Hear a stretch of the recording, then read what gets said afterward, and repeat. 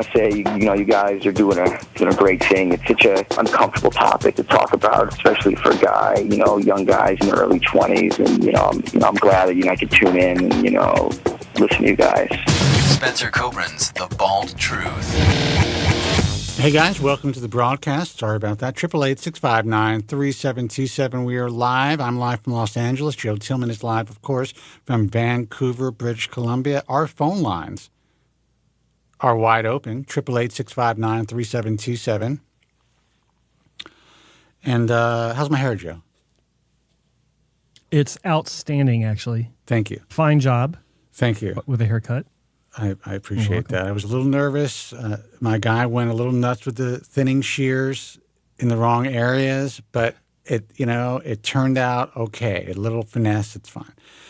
Guys, give us a call, 888-659-3727. We're live here to answer all of your hair loss questions. I'm the founder of the American Hair Loss Association, author of the most read volume on the prevention and treatment of hair loss in history. Still.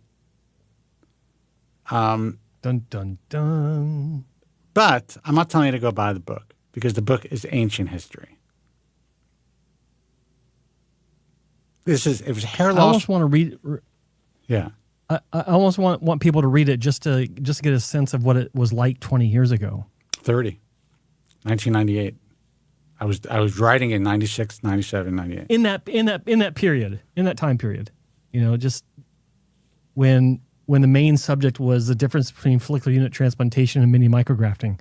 Yeah. But here's what's funny. That was the main subject of the book of the transplant section. That was not the main subject in the industry. Yeah. It took that book to force the hand of these pieces of shit to change the infrastructure of their practices just so they can keep up.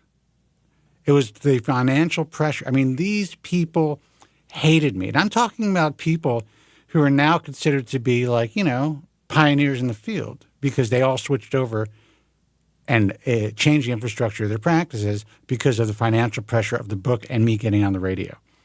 I mean, I was switched over kicking and screaming. Public enemy number one, brother. I mean, I still am. Yeah. But it's so fascinating how things have evolved for a while and now have devolved in a way that as much as we couldn't foresee some of this, what's happening even in the so-called educational organizations, which are just trade organizations, if you want to know the truth, it's absolutely disgusting. You guys should know about this and understand what's really going on. Joe decided to make a thumbnail about it for the show. This is basically what we're going to start the show with today because it is so dangerous out there. But what is even worse than people just going online and giving you misinformation and maybe trying to get paid for that misinformation is the fact that these people now are being embraced by groups, organizations who are claiming to be medical societies, allowing these people in their doors to talk to their colleagues as if these people are somehow experts in the field. The only reason one person is invited to be a part of this is strictly, and listen, I can't blame this guy. More power to him. No. I think it's great. Can't blame him at all. I think it's great that he has been given an opportunity just because I know he's not American, but, I believe in being able to figure out a way to earn a living in this industry and, anywhere, just by your wits and by hard work. And look, I've seen this guy evolve over the years. Definitely not saying he's a bad guy. However, it's laughable to me that any legitimate organization would invite people who are just considered kind of influencers in the field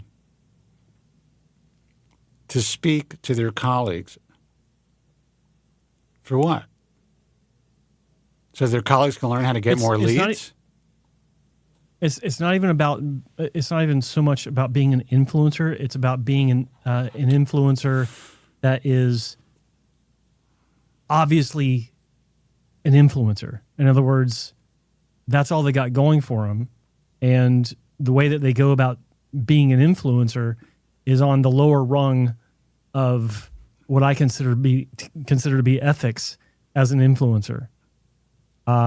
Pushing anything and everything to make a buck, not knowing how it actually affects patients, giving surgical advice for a fee, which I have a big problem with. And that's part of the double standard that's going on in this industry, where you have, a lineup of doctors that are screaming from the rooftops, don't let a non-medical professional cut your skin. But when it comes time to have a consultation, anyone that can send me leads after giving them surgical recommendations, I'm all for it.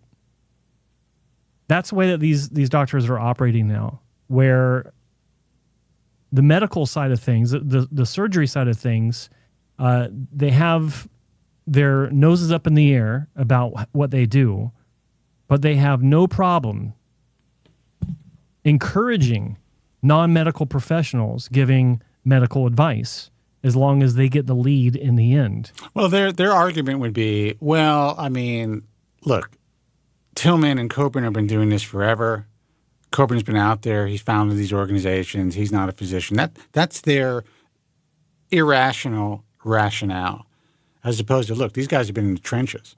Kobren essentially helped to build the better part of the industry from 1998 until the mid-2000s. Tillman created what we now know as, how people document their cases online. Work with the best clinics in the world. He's had 37 hair transplants. 36. Yeah. It's so that's going to be their argument, and I certainly understand that. Here's the thing, and let me just say this because I'm just kind of riffing. Again, I have nothing against this guy who's got his way in. I think it's honestly for him, bravo. I mean, really, why not? I think that's great. It's going to be a feather in his cap that he's going to use to leverage to sell his wares to the people that the hair transplant people that he's giving consultations to. Now, I'm pretty sure that he's evolved where there's not as many victims in his path as there were initially, because he thought that he knew what was going on, and he ended up not having a great experience. And then he learned, trial by fire, unfortunately for him. And he learned, I think, what's reasonable. So, look, I don't have any issue with this guy. I really did. I never did. I mean, at the very beginning, it was a little like, what? But, I've watched him evolve, and I don't really watch his stuff closely. But it is just laughable that this is a medical conference, supposedly, and this is what's going on. Guys, hold on. Don't hang up. 888-659-3727.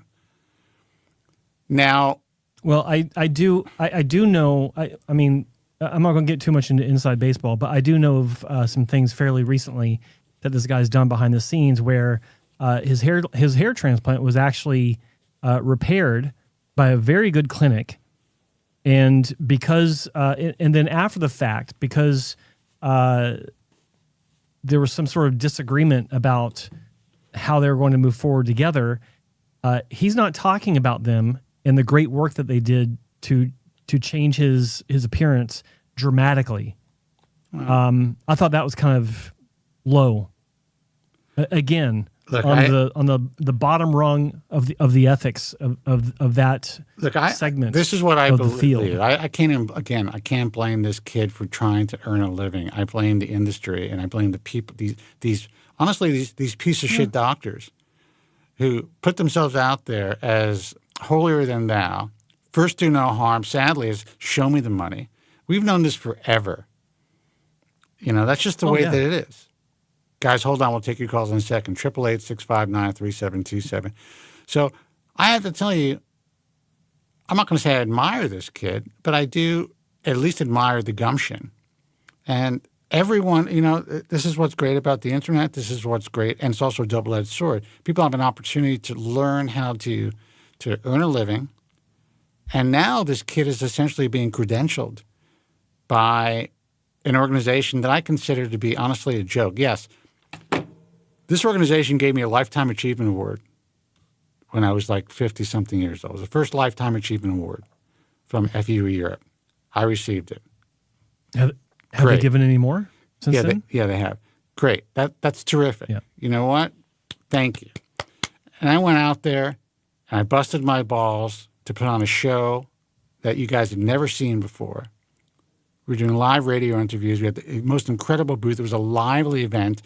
People who go to FUE Europe now say it has never been the same since you have not come back. And that's a little, Trumpian to say that, but it's the truth. What am I going to tell you? They had never had more of an exciting event than that event in Manchester. And of course it's exciting. People want to be on the air. We had a really cool booth. It's like people wanted to talk, and there was a real buzz instead of the dead vendor area where people are just like, look at my punches. How much are these? What is this? Yeah. There's action going on there. But I won't go back. We gave them the opportunity to work with the International Alliance of Hair Restoration Surgeons, and the owners of the organization, they're not physicians. They are forum people, and it's the whole situation. It's a guy that started a forum. It's a guy that started a forum in Europe. I'm not even going to get into which country, but it's a guy that started a forum in Europe, not Bola, who's a friend of the show and personal friend of mine, but someone else. And it's all a money focused venture. Trade show. He got some doctors involved, and they took over as far as setting up educational criteria. And every year they have their meeting, and there is an educational component where doctors come, they learn from other doctors. That's fine. That's great. But the overall management of FUE Europe, since we're calling it out, is atrocious. It's a joke, and the fact that they would validate an influencer that charges for consultations, having never worked in a clinic, is simply an online guy, invalidating that whole segment is an embarrassment. I mean, the way that they conduct themselves over the years itself has been an embarrassment, but this really, when I found out about this morning, just told Spencer about it right before we went on air.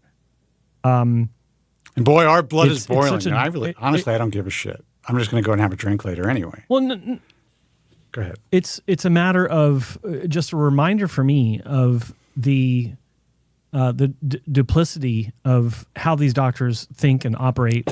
Honestly, and it's just a reminder to me that I need to talk about this again.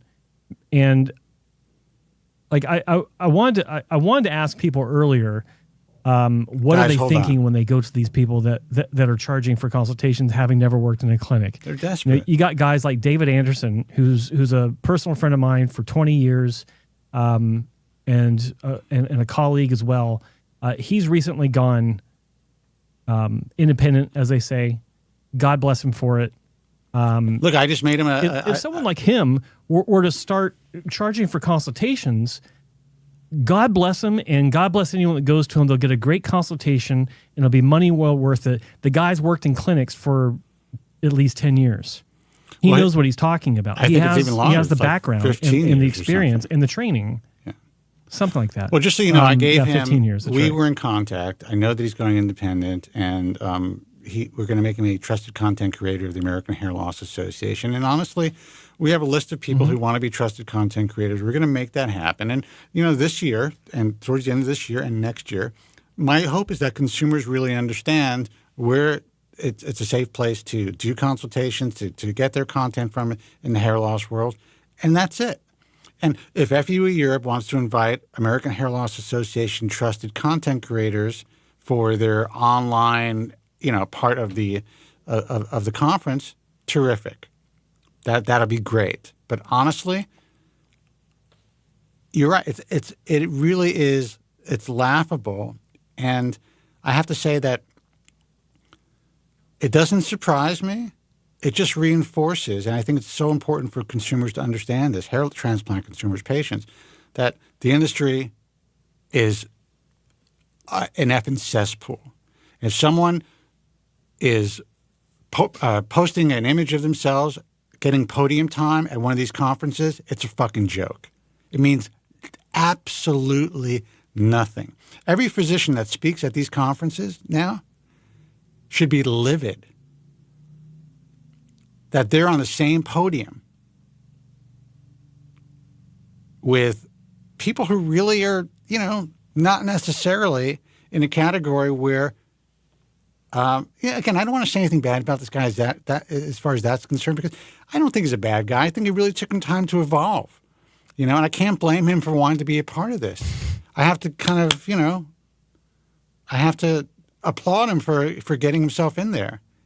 But it's the industry that's fucked up. And they're guiding people down the wrong direction, and they're continuing. This kid will leverage this. And they're hoping to manifest the bullshit that got them into the trouble that they're in to begin with. And it's their fault on every fucking level. They are manifesting this.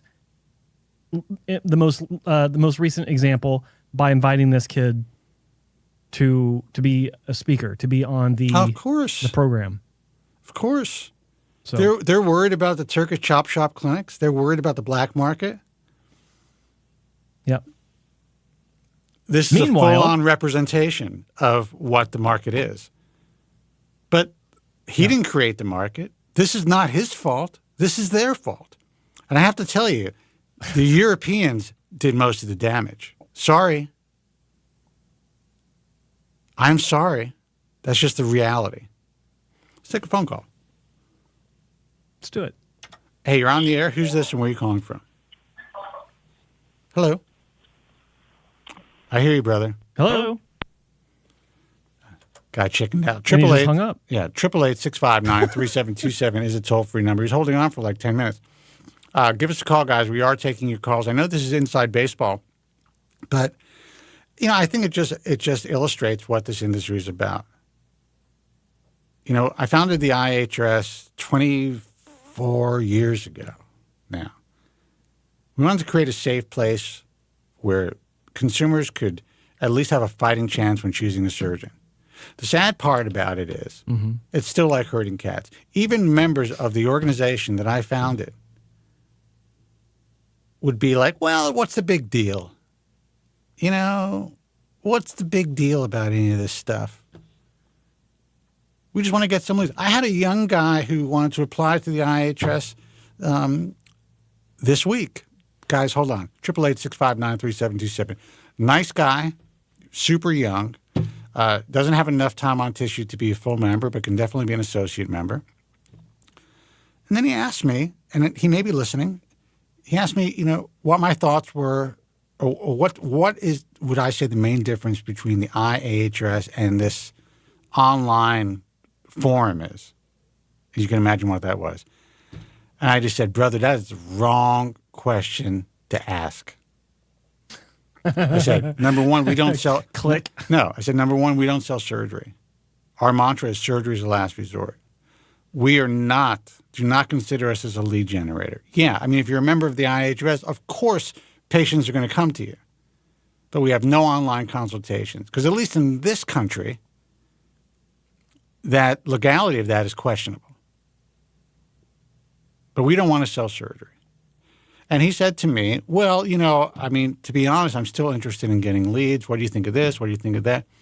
I said, listen, brother, you're young.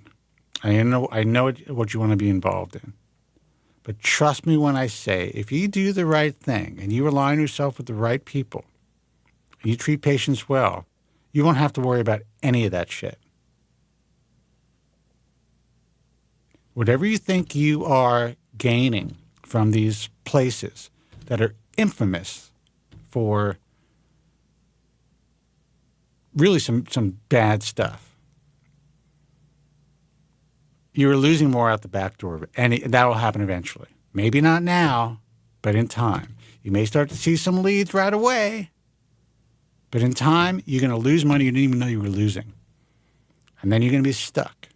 And I'm talking about all these different platforms. It's ridiculous. Thanks for listening, Joe. Let's see who this is. Hey, you're on the air. Who's this and where are you calling from?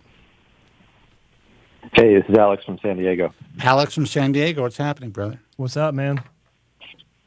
Not much. Just trying to get as much PP405 hopium as I can get these days.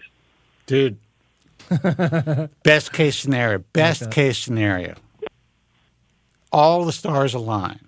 And this is not something that is abandoned at some point. Or there's not something that is fast-tracked from another developer through AI or whatever. Best case scenario, you're talking about maybe eight years.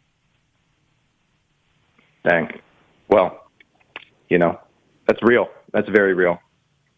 Well, and I guess that makes me considering surgery a little bit more because that's kind of where I'm at. And, I've been thinking a lot about this, the advantages of FUT surgery. I saw you had a really, really good video on Instagram, Spencer, where you talked about celebrity hair transplants. And in my opinion, Joel McHale's hair transplant is maybe one of the best, personally, that I've ever seen. He looks great. That's my opinion.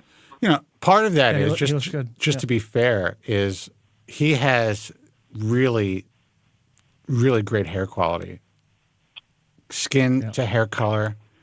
He did it at the right stages of his hair loss. He had the strips. The physician, listen, this is an interesting guy, the physician, because he really takes care of his celebrity patients. That's all I'm going to say. Really takes care of his well-known, the influencers and the celebrities. He's all hands on deck with them. That's all I'm going to say. So, this guy had a good outcome. The problem is when these celebrities mention their physicians, it depends on the physician. Who, sometimes the regular guy like you will say, I got to go to this guy. You may not be getting the same service. You know what I'm saying? Yeah. Yeah, that makes sense. So I'm being a little cryptic, but I just want you to be careful. Yeah. As wonderful as it seems when you see these guys who've had surgery and they talk about the surgeons. Look, I know John Cena went to Ken Anderson. Ken's a guy that does consistently good work. He treats every patient the same, whether they're a celebrity or not. Not everybody's like that. Mm-hmm. So I always tell people, do not be bowled over by celebrity hair transplants because you may not get the same thing. But you're right. He's got an incredible transplant. One of the best. Some of these guys didn't even go to the clinic. The clinic came to the patient. Correct. I know of multiple cases where the patient never even set foot in the clinic. The doctor packed up his gear with some techs and went to the patient's home. Wow. I don't think that was the case with this. It's a completely different experience. Yeah. But we don't know about. But essentially what happens is they'll shut down the clinic. That'll be the patient of the day. The best possible techs are put on the case. The physician is very hands-on. And that is not always the case when it's just a regular guy coming in and putting his money down for a hair transplant. Yeah, that makes a lot of sense, and I don't think he's really doing a whole lot of FUT anymore. At least that's what I heard. He probably still would, I would assume, if you wanted it. But and I understand why people are switching to FUE. It's just is what it is. Mm-hmm. But at least hey, Zeph's hair transplant is looking pretty good.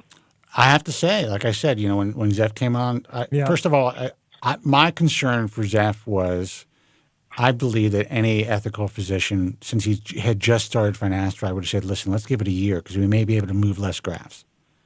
But there was a timeline. Right. There was a timeline. I know they were doing some sort of documentary.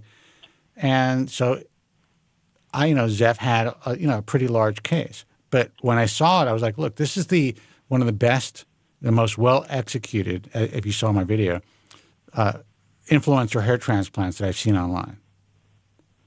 So the doctor did a really elegant job for this kid. But I don't think he would have needed as many grafts moved, and he could have had more donor hair in the bank, because I could see that he's responding well to finasteride. But he looks great. Right. He looks great. So I'm sure he's thrilled, and he should be. I happen to think he's a really good kid. I didn't agree with, obviously the derma rolling and all the happy horse shit that he was posting about that got him the notoriety, but he didn't know any better. He was just following the trends. And then he finally figured out, I need to be on medication. So I'm happy for him. He looks great. Totally. Yeah. And, for me, I mean, the advantages of FUT are very, very real in my brain, really considering the difference between the two. How old are you? What's that? How old are you? 35.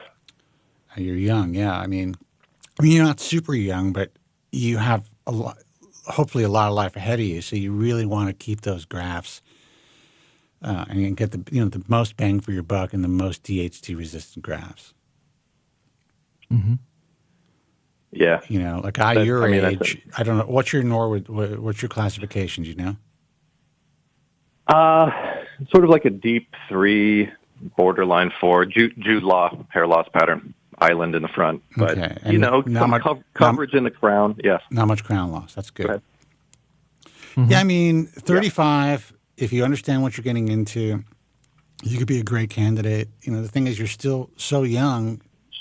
In my view, as far as surgery is concerned, you have time ahead of you. If you go in and you get as many grafts as you need just via FUE, you're limited, man.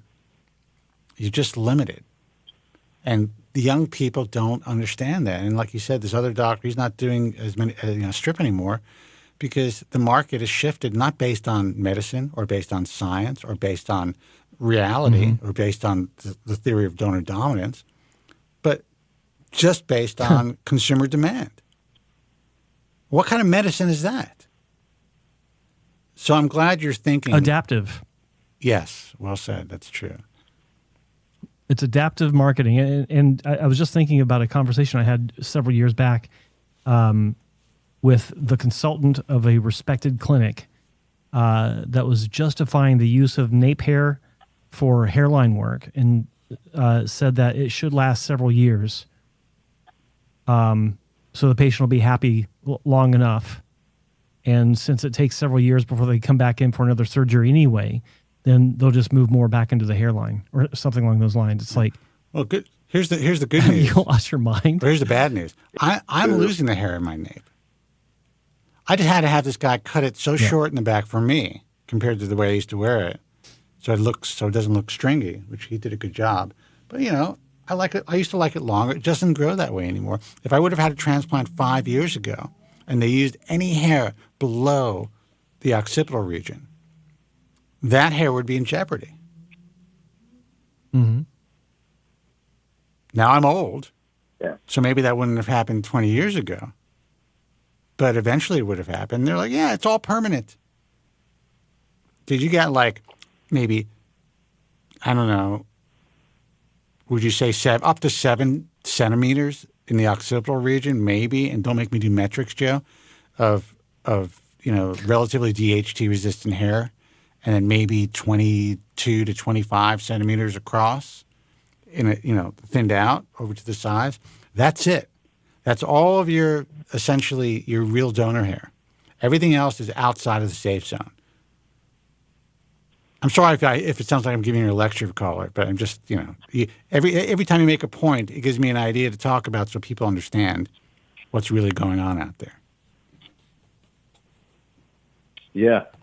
No, I mean, that's a really good point, and I think it seems to me like that might be how a lot of these really, these physicians that are getting a lot of attention on social media for, how they are able to move so many grafts is taking them outside of the safe zone, right? I mean, 100%. Seems like that's kind of the only way you can get those crazy, like, FUE transformations.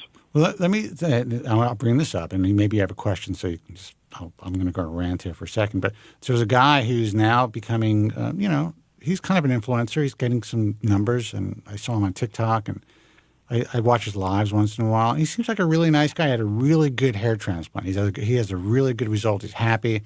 But, he's starting to do consultations, and he's selling stuff, and he's getting involved with this and that, and that's just the way the market is.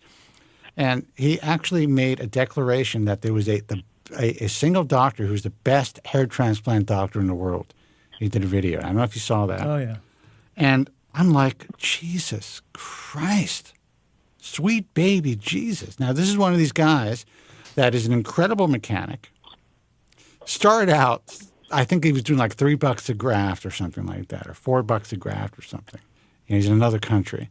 Now he's charging U.S. prices and whatever, and good for him.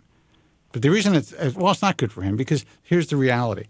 Whatever this guy has developed, he's developed his own handset, micromotor, whatever it is, and he somehow has the mechanics and the ability to move these grafts in an incredibly artistic way, getting these stellar results. You probably know who I'm talking about. But no one's talking about the long-term ramifications of making that happen. Just because someone can do it doesn't mean it should be done. And trust me, this guy knows it. This guy himself was a victim of this industry. And the fact that, I don't know if ego gets involved or if it's just like once they see their names in lights on Reddit or whatever, and they just keep going. I mean, they know what's going to happen to the future of these kids, especially the younger guys. Initially, this person was doing these large procedures like this on older patients in their 50s. There's one guy I met was like 50-something, 60 years old. You know what? Maybe that hair is going to last. And if they're on medication, okay. But if you're 25 or 30, these kids are finished. They have no chance, no matter how great it looks. And in time, what no one talks about is slow hypoxia in the back and sides of the scalp. And I don't know if you know what that means, but essentially you will lose blood supply and oxygen and nutrients because of scarring that happens when you remove those many grafts all over the scalp, thousands and thousands of wounds that have to reconnect, the microvascular disruption for every punch that's used. The scalp doesn't have time to remodel. I mean, in my view, these people are putting these kids in a really bad position. Thank you for letting me rant. Do you have any more questions? Yeah, no, that's really a great point. And to me, I'm really thinking about surgery as kind of essentially a bet that I will never have to shave my head again. Like I'm betting that I can, win this and maintain this. You might be able to. And so Joe did. Yeah. I mean, with some strips. Yeah. Yep. I mean, Joe's an old timer, and look at his hair; he looks great. This guy was like a Norwood 10, never coming back, brother. Norwood 11, thank you very much. 69. Norwood 42069. Yeah, I'm almost 56 for crying out loud. Come on. Jesus Christ. No, hair's looking fire. But, I guess to play just a little bit of devil's advocate here, even with FUE, shaving your head, you shouldn't plan on getting away with it. For instance, Mr. Rolandis, his hair looks great, by the way. But he did a video where she shaved all the way down, and he basically says, like, yeah, I mean, the scars, these FUE scars are visible enough that I don't really want to shave my head or wear my hair too short. But, I've seen some cases. Sean Benham comes to mind because I've seen a lot of patients of his with a shaved down donor area after, at least a couple thousand grafts. And I got to say, I've seen a lot of cases where the scarring is really, really minimal. I know he uses A-cell, some other stuff. I don't know if that helps, but it's like, maybe not planning on that, but saying maybe that's a possibility of, maybe you could do that in the future if you get that kind of minimal FUE scarring. Well, yeah. I mean, the thing about FUE is, there are a lot of variables that go into that, just like there is with FUT surgery. And you'll be able to ask Dr. Benham about this hopefully next week, because I'm trying to get it to work out where he can be on my show, Main Event, live, taking phone calls, so you can ask him yourself. But the thing about, like, with Mr. Rolandis, all due respect to his doctor, Dr. Bruno Ferreira, old friend of mine, fantastic surgeon. I think there's a couple of things that are at play when it comes to the donor scarring on Mr. Rolandis. And I got to say that the biggest issue, I think, is more attributed to his personal physiology, which is unpredictable. And that's why in the very best hands, you don't know how it's going to turn out, whether it be FUE or FUT. And that's, again, the basic fundamental of the message that Spencer and I put out: surgery's last resort, because you never know what the hell is going to happen. To take his term, once you're cut, you're cut. That means you don't know what's going to happen. You can't turn back the clock if you're not happy with it. And in Mr. Rolantis' case, and he's welcome, if he's watching, he's welcome to call in and discuss it, or in one of his videos or whatever. It almost looks like a hypertrophic scarring issue to me. It doesn't look like it's because of a punch was too big or anything like that. It just looks like the way he healed. I know Dr. Ferreira doesn't use big punches. He probably uses a 0.8, 0.85 like most better surgeons. But it's just a testament that in fantastic hands, you just don't know what's going to happen.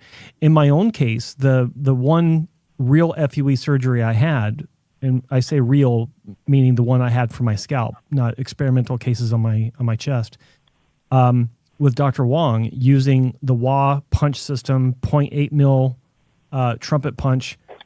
When my head is shaved in the back, when I do have like my haircut right now, it's a number 1 in the back and sides, and even when I shave my head, even several months after my surgery, there is no visible scarring down to the skin level. You can't see any visible scarring, and it's just the way I heal. So it is a testament to that kind of that kind of punch system, because it does help to close the wound upon extraction better than a non-trumpet punch style of FUE tool. But I'm kind of rambling here. But bottom line is, cases like his, I think it's more of a physiology issue, and it just highlights the fact that surgery itself is unpredictable. No matter what precautions you take, no matter what tool you use, no matter how good the hand is that's using the tool, it is unpredictable to a degree. But with that said, his hair does look great. Yes. Yeah. And he recently got married, by the way. Really? Mazel tov. So congratulations to him. Yeah, exactly. I congratulated him on his channel, and but yeah, good for him. He seemed happy. Wow. I wish her all the luck in the world. Yeah, absolutely. Yeah. Oh, you wish her all the luck in the world. I wish him all the luck in the world. Yeah. Well, hopefully he's able to maintain while getting off finasteride to have children or whatever. I don't know. That seems like a daunting task to me, but the reality is most people don't get off finasteride. And really, if that's what he does. I mean, I don't know anyone who's gotten off finasteride to have their kids, but I would. Really? Yeah, I don't know anybody. Everybody in my personal life and professional life who's had children, they just didn't stop because physicians will say you don't need to. Clinically, there's zero evidence that it causes birth defects when a man's taking it. However, I'm the guy that's out there warning people, you don't want to be the anomaly. You don't want to wonder, is my kid screwed up because I was taking this pill? I wouldn't want to deal with that. So even though, every scientist, every researcher, every doctor would say it's unnecessary, I'm just like, I couldn't handle that emotionally. So if you're like me, get off of it. Yeah, I would. That makes sense. I mean, yeah, like you said, you don't want to spend the rest of your life thinking like, oh, did I do something wrong? Yeah. Listen, let's say my mother, I have a picture of my mother, let her rest in peace, with me in her belly. She had a Manhattan in one hand and a cigarette in the other. And I turned out just fine, I think. So, That's right. Yeah. Yeah. Well, to I guess put a pin in this and free up the line. FUT, it's despite the advantages, it's daunting to me compared to FUE. And maybe I'm overblowing the difference in the two. No, it's daunting. It's pretty significant. I mean, you're basically having your scalp cut open, a peninsula of tissue removed, and then your head is sutured together, hoping that the nerve endings will reestablish themselves and that the integrity of your scalp isn't screwed. That's real. But that's what hair transplant surgery was. And honestly, it's still state of the art. Yeah. But to mitigate all those issues and the fear and the fact that it's kind of real surgery and, there's less of a barrier to entry now because of FUE, those concerns are kind of highlighted. And people, it's almost like, everyone, the whole cosmetic surgery world has switched over to these non-invasive, non-surgical procedures. And now they're finding out decades later, which I knew about. I talked about this when I almost worked in that field. I was asked to. I decided to back out of that shit. That everything they're putting into women's faces is destroying them. It's making them older. It's causing all kinds of problems. And they were selling it like, oh, well, you don't need, this is non-surgical. Liquid facelifts, all that nonsense.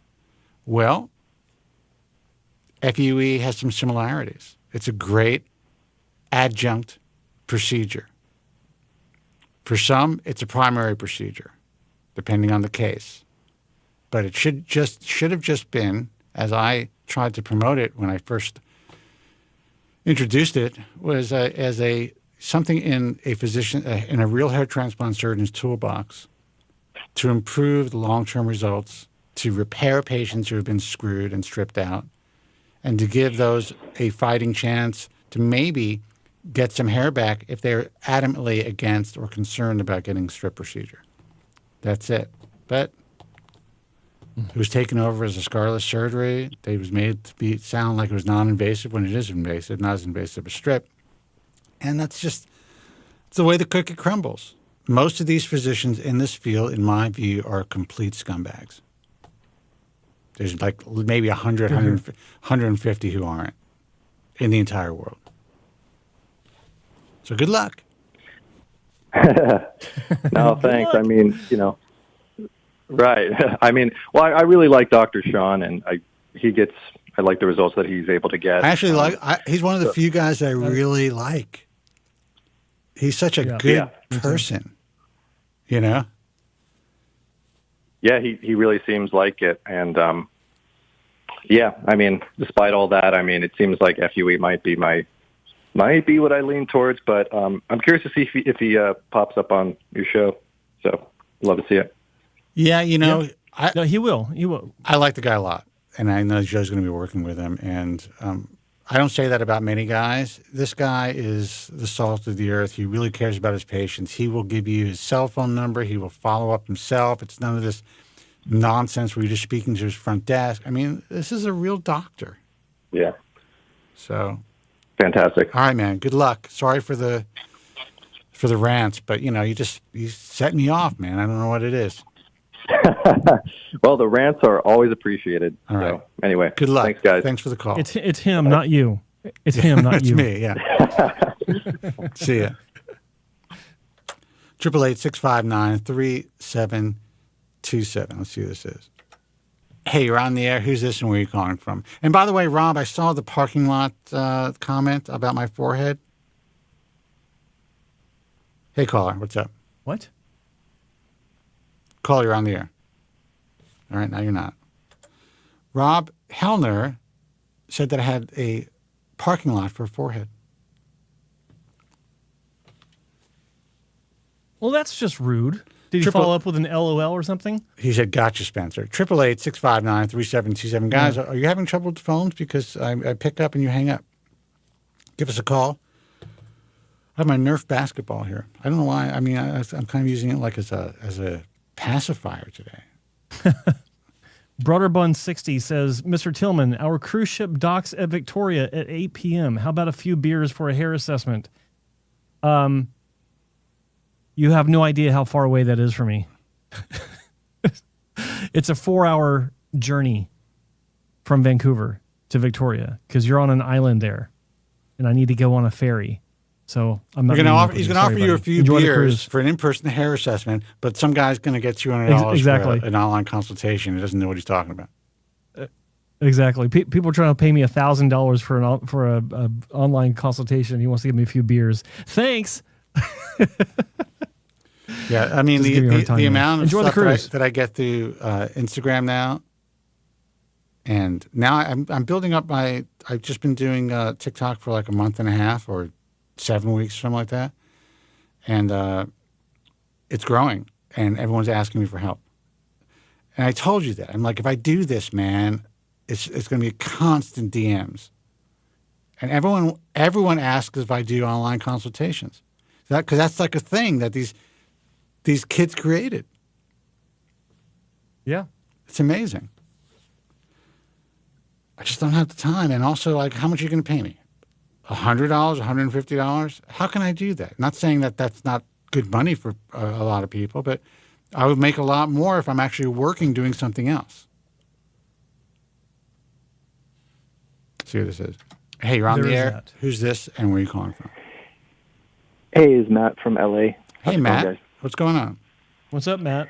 Well, I've been at this a long time. Called a couple times, and kind of at the end of my rope.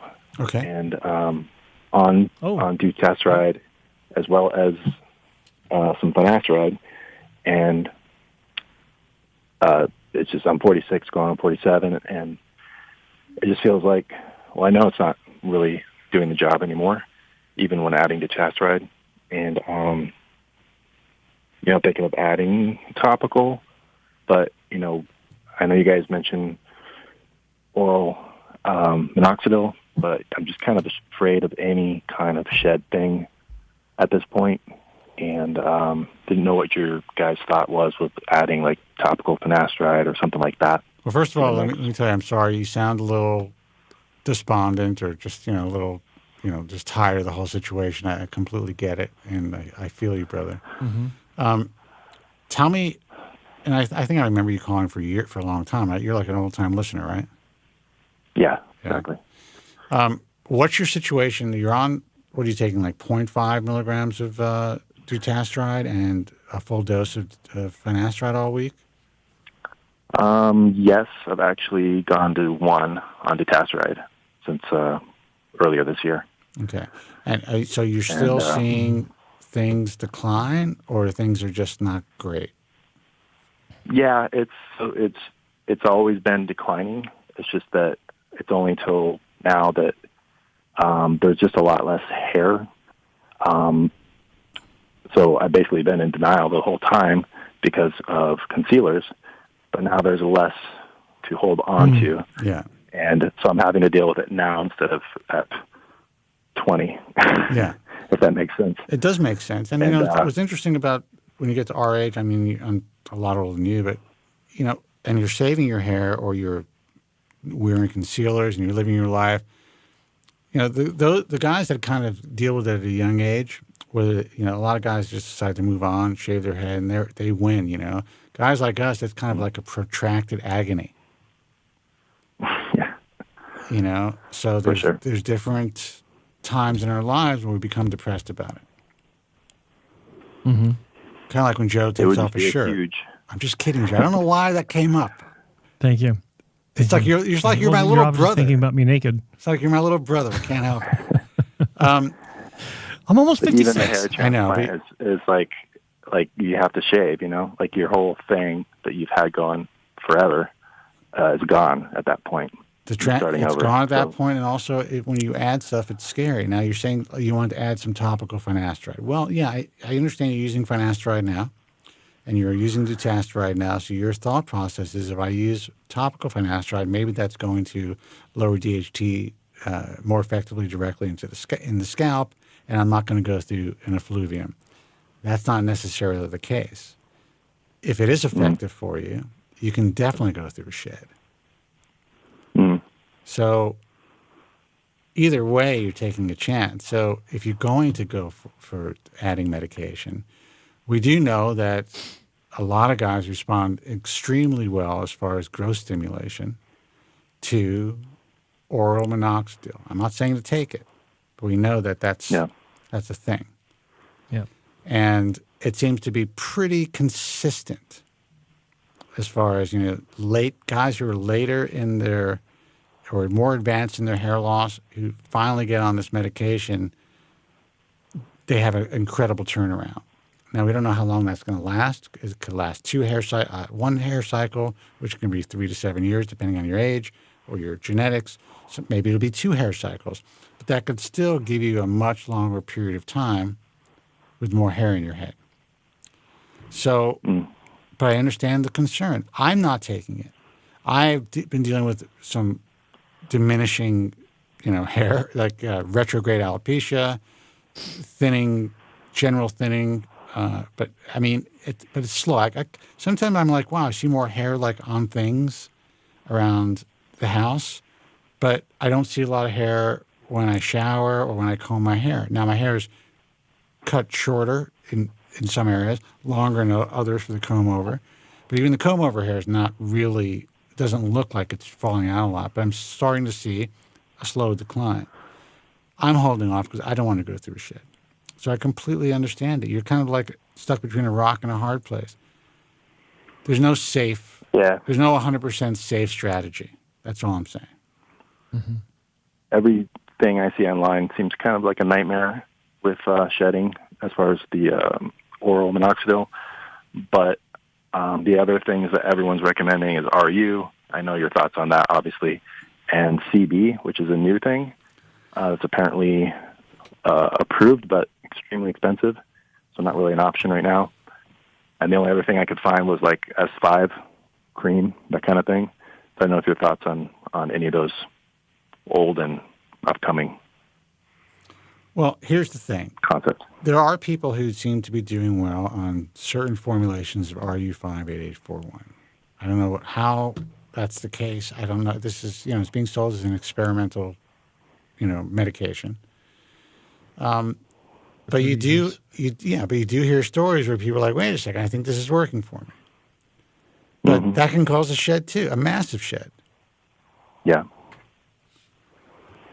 So, I'm reminded of last week when we had a guy, or not last week, but 2 weeks ago, a guy called in and he was on minoxidil, topical, changed to oral, and had a massive shed.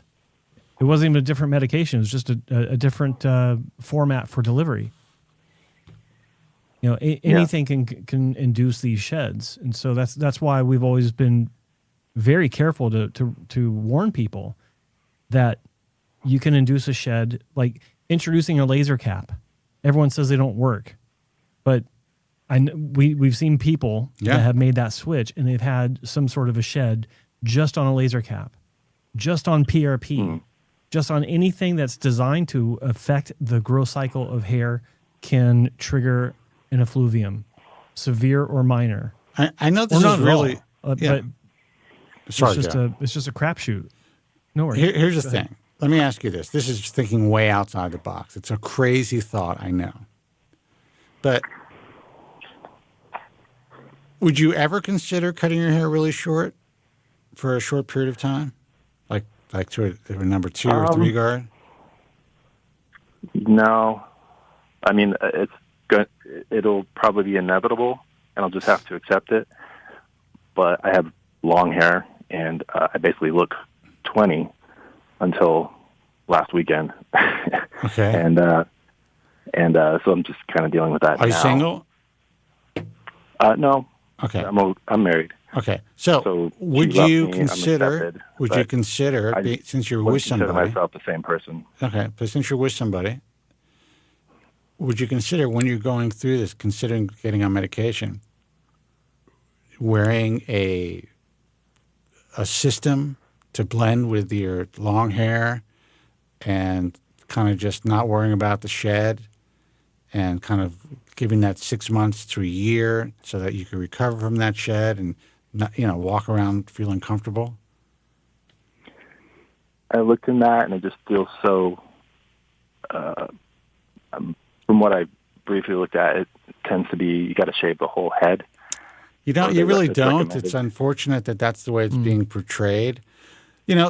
Listen, it's easier to put on and to remove when you shave your entire head.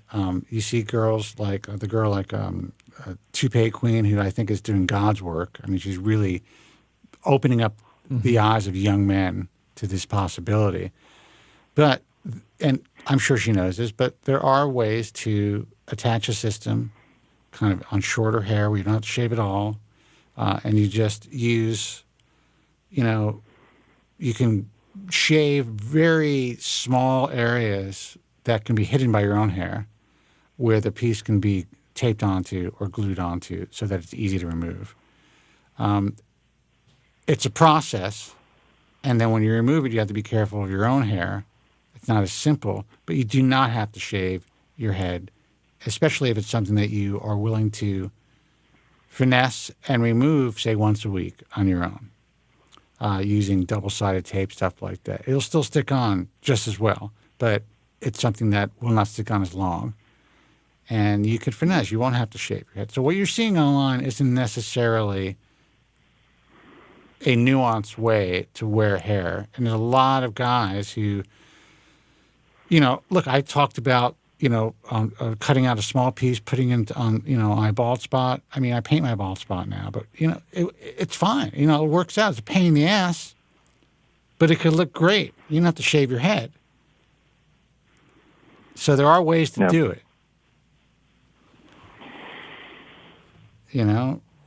I'm just trying to give you options where I could tell you feel like you have no option. Like your back is against the wall, but you have more options than you think. Yeah. I am going to switch from Finasteride to brand name and try that since I've never been on the brand. I was just going to ask if you're. I was just going to ask if you're on generic or name brand. That's actually generic. The first thing. Knowing that you've been on generic, that's the first thing I would have recommended was switch to name brand. And from what I'm reading, any kind of topical is not going to do anything compared to the taking pills. So hopefully that'll do something. I don't know if it'll do anything since I'm already on Dutasteride, but I is that name brand as well? Very, very slowly. It is not, but from what I can tell, that name brand would be very expensive. Well, you can get name. Yeah, you can order on online pharmacies like from Canada. Mm-hmm. Be less expensive. I used to do that pre-COVID, and it was not a liquid; it was a tablet. I don't even know if it really was Dutasteride, but you can find brand name. You can find brand name Avidart. Avidart. Yeah. From Canada. Okay. I have access to that at my local pharmacy all day long. So it is available in Canada, the real stuff in the capsule form. Just do a search and you should be able to find it. You'd recommend that as well, or first? Well, you're taking a lot of. Yeah. Well, no, you don't. You don't know if it's not doing much because it may be doing more than you realize. Your loss could have advanced greatly without the use of Finasteride, assuming it's working. Sure. But bottom line is, let's assume that the consistency of quality with your generics. Let's assume both of them are not the best. Spotty, iffy, whatever. If it were me, I would most likely switch up with the Finasteride first to name brand and use my titration schedule that I tell people about.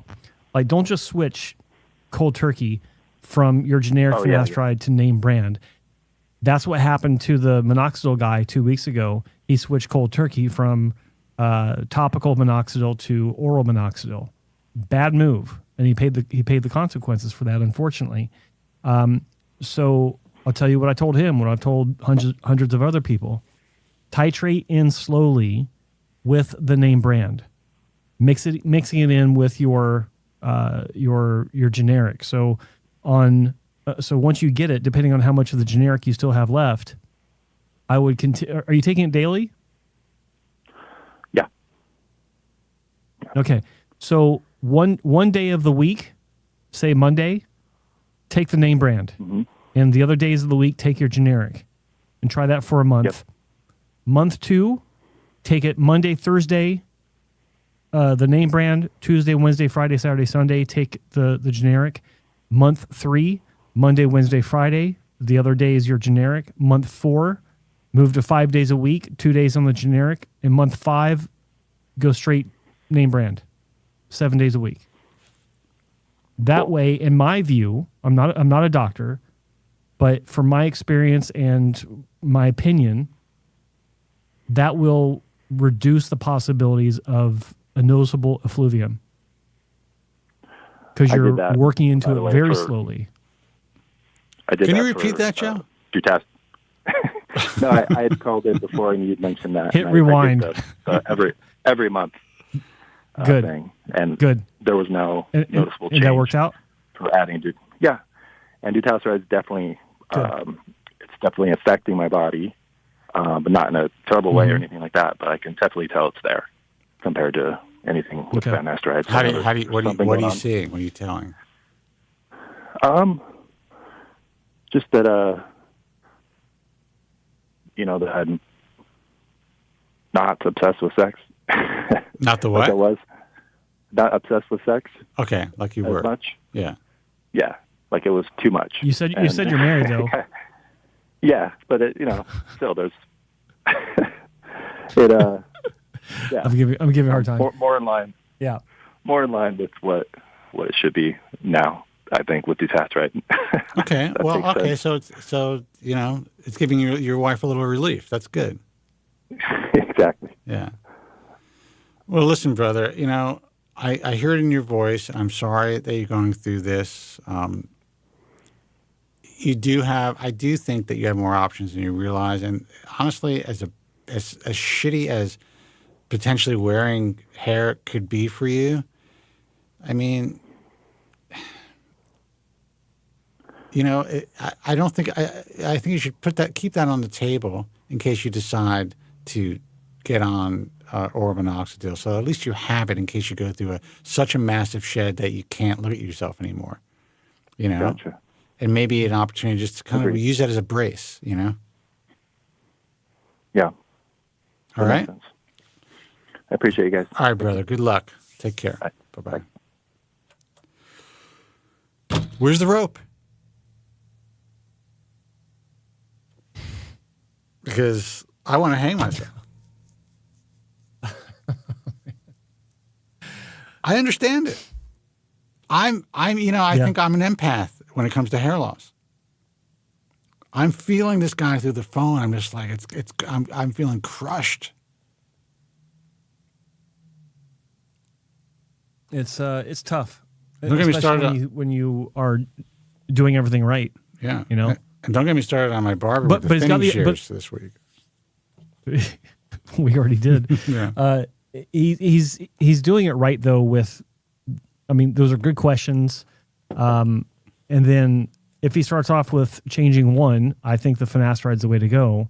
Titrate in. He's already done that once. He understands how it works. That's great. I think that'll be that's got high potential for helping. Yes. And at the very least, it helps to eliminate, possibility of it being the Finasteride. If there's no change, it's like, okay, now we know. Okay, now we can change something else.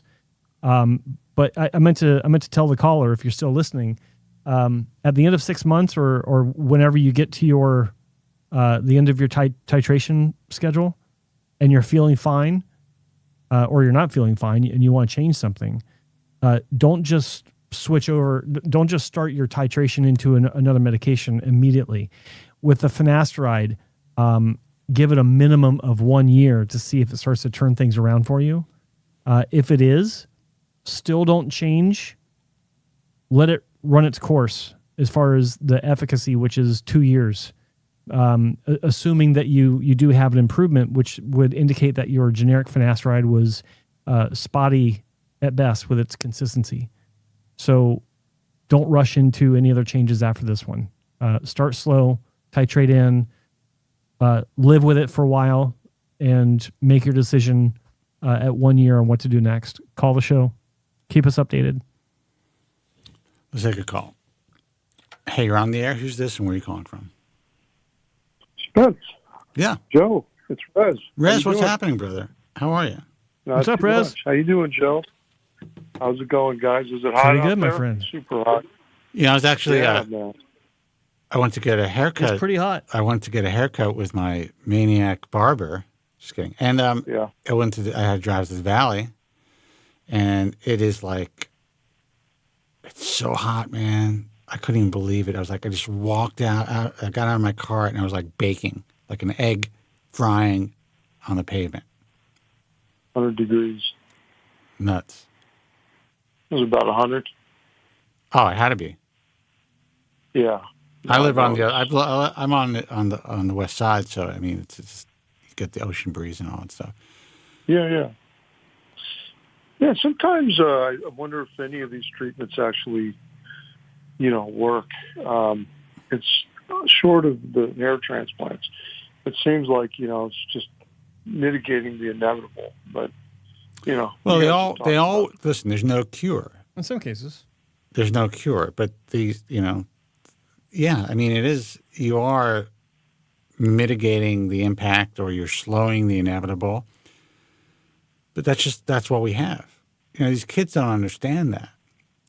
But I've definitely lost ground over the years. But I'm also extremely fortunate that I have what I have to cobble together in this ridiculous sculpture. And I would not have had that if it wasn't for this medication. You think you would have had more hair if you got on Dutasteride? I don't know. It's hard to say. Hard to say. To me, Joe was on it that's the last resort. I mean, it's like if things start to really go haywire, then sure, I would definitely give it a shot. I would only probably take it once a week. It has such a long half-life. I don't think it needs to be taken every day. But again, I'm not a doctor. But yeah, I'm glad that I have it in my arsenal. And you remember, this was approved. I wrote about it, posted about it back in 2000 in 2000, it was all the rage. Everyone was like, this is it. We are cured. And I held off. I'm like, I'm going to let you guys experiment with it. I experimented with Finasteride for you guys. Now I'm going to let you guys experiment with Dutasteride. And a lot of guys do really well on it, but a lot of guys seem to do better on Finasteride for some reason. We just don't know why that is. Yeah. Well, I wonder why that is. It's a good question. Why is it that some medication, like the Happy Head formula that has the 10 ingredients, including the Zyrtec and the 8%, why is it that they will use Dutasteride and Finasteride both? And then even some people, like you were talking about last caller, and you asked him if he was taking Finasteride and Dutasteride. If Dutasteride is a lot stronger, how can Finasteride do any more if Dutasteride is already at, say, 80 or 90% reduction and the Finasteride's at 70? Why would anybody combine both? It's a great question. I think initially the reason people combined both was they were on Finasteride for a significant period of time, and they felt that the results were waning. And it started off, from what I remember, kind of like in the old message forum world where it was being experimented with like that. And then a couple of doctors kind of caught on to it and thought, well, maybe we can prescribe this to our patients for those who aren't doing great just on Finasteride alone. And part of the reason is they didn't want to get them off finasteride and then put them on dutasteride because of a possible effluvium or a major shift. So they thought they would wean them on or titrate them on dutasteride while they're still on finasteride. But theoretically, if you're just starting a treatment and you're willing to take dutasteride, you're blocking both type 1, type 2, and there's a type 3 too, but type 1 and type 2 5-alpha reductase, you're eliminating 90% on average of your DHT. Adding finasteride to that, in my view, is not going to be of any benefit. What do you think, Joe? Well, because our physiology is different from one patient to the next, one person to the next, looking at the way that's the reason, or not the reason, but looking at the fact that sometimes dutasteride doesn't do anything for a patient, and then they switch over to finasteride, and their life has changed due to the positive results. I can't say if that's the way to go or not. I think that, I agree with that in general. Like if you're on dutasteride, then why add finasteride? But it could actually be a game changer to do that. I can't. Well, here's the thing. I agree with that. I want to interrupt you for one second. I agree with that. That's a good point. My point was, why start with both? Oh, yeah. Well, I agree with that 100%. Don't start with both. In fact, I don't even like to hear people starting with dutasteride, because in many cases I don't think it's necessary. I think finasteride is still the gold standard. I think it's we know that one more. We understand the profile a lot better. It used to be when Dutasteride was first introduced. When I was working at Hassel Wong, we were basically the first clinic to be prescribing it en masse. No one else was doing it when we were. And what we were seeing early on, and this became basically the reputation throughout the industry early on, is that if you're having any issues or non-performance with finasteride, just switch to dutasteride. Almost no side effects and better outcomes. But then we realized that wasn't true. There are potentially more severe side effects. I've not seen a whole lot about it, but I remember hearing about one paper. I didn't read it myself, but one doctor that I know quite well was saying that one paper that he read indicated that it doesn't, like with finasteride, it lowers the seminal fluid volume. With dutasteride, it actually lowers the sperm count. Yeah. And one patient that was having that issue ceased all use of dutasteride, and a year later, his sperm count was still zilch, decimated. So for a guy like me, that would be a good thing. It's male birth control, basically. Yeah. Different medications affect different people different ways. It could be the exact same thing taken by two different people, and you can have two completely opposite outcomes. And that's just the unfortunate truth with medicine in general, with prescription medications, with non-prescription medications. I think starting out with finasteride is the best route. Starting off with dutasteride is I don't want to say it's a bad idea, but I just don't dig on that one very much. And switching to that later if finasteride isn't the answer for you, or giving it a shot. I'm not big in compounding multiple modalities like that, treatments. I don't know. I just don't. Well, his original question was asking about Happy Heads topical, where they're putting several different agents in there, including antihistamines, including dutasteride, including finasteride. I haven't seen the one where they're using both dutasteride and finasteride, but they come out with several different products. And that's one of the offerings they have. Yeah. Yeah. And I don't know. Listen, here's the thing. This was something that was founded by the Benhams, the Benham brothers. I think they're doing quite well with it. They really built a strong telehealth company. But when you're dealing with a company like that, you have to provide something that's competitive. That's just the way that it is. So would I recommend it? Look, I love Sean, and his brother's a great guy too. But to me, less is more, especially when you're going to start. And to be fair, there may be profiles that demand some sort of approach like that I just, Yeah, you know, I 100%. I don't deal in that world nearly as much as I used to. I doubt anything's changed, but there could be observations that necessitate such an approach, and that's why they're offering it. Like, I don't know, and we can talk to Dr. Sean about it next week when he's on the show. And, that would be great. I will I definitely. If you do that, I'll tune in. Yeah. I mean, thanks. Possibly, you had one caller. If I can get Spencer Kobren to listen in, it must be a good episode. You had one caller the other day. You had one caller that called in the other day that was talking about how there's a lot of different things that can cause hair loss now, including with these prostaglandins, and so they're using for example, the latanoprost and the Zyrtec, which I think both kind of also affect the prostaglandin issues with the hair loss. So I'm wondering if some of these other treatments. I was talking to the manager that runs the hair helmet with the little speakers on the side. I'm trying to iGrow. And I called him about that, and I said, look, you have companies that sell multifaceted approaches.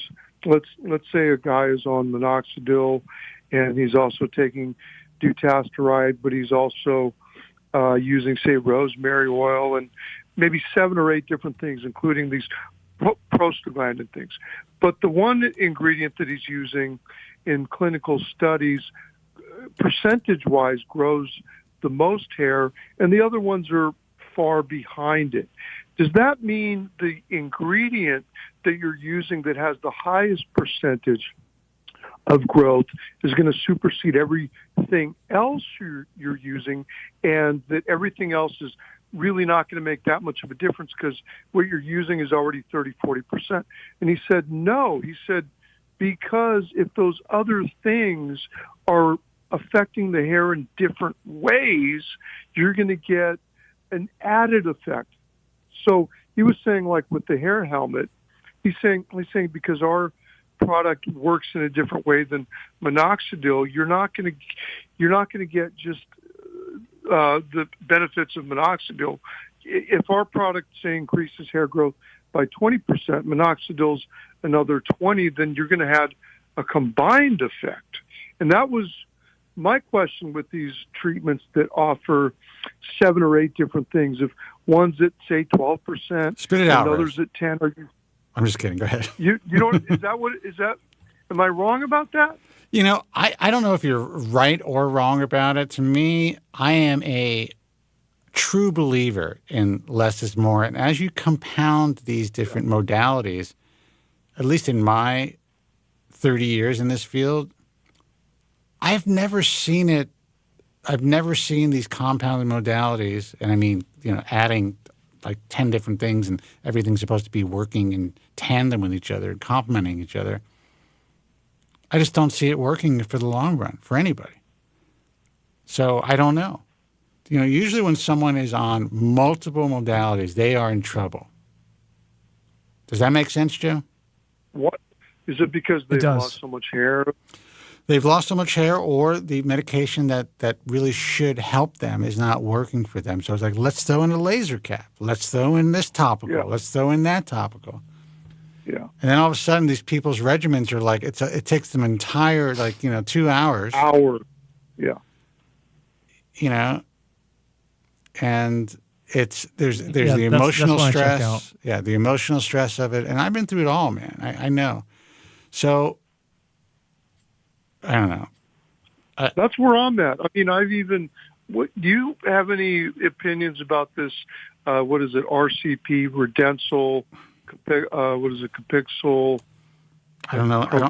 I haven't even done enough research to give you an educated and informed decision. I can tell you what they're talking about online, but it's not coming across my desk, which is unusual, and that always kind of raises. You have a desk? I do. You're looking at it. It really that always raises a red flag when they try to circumvent the American Hair Loss Association. Well, people aren't probably contacting you and saying that it's working, so that that's probably one thing in itself, right? It's a big thing. I don't like to talk about that as far as like making a definitive. When people ask me if something's working or not, to use that as a definitive response. But it's interesting that you say that because history will dictate that anytime we are contacted about great results on a consistent basis through the American Hair Loss Association, it's because the drug is usually a drug, or in some cases nutraceuticals, are working for people, helping people.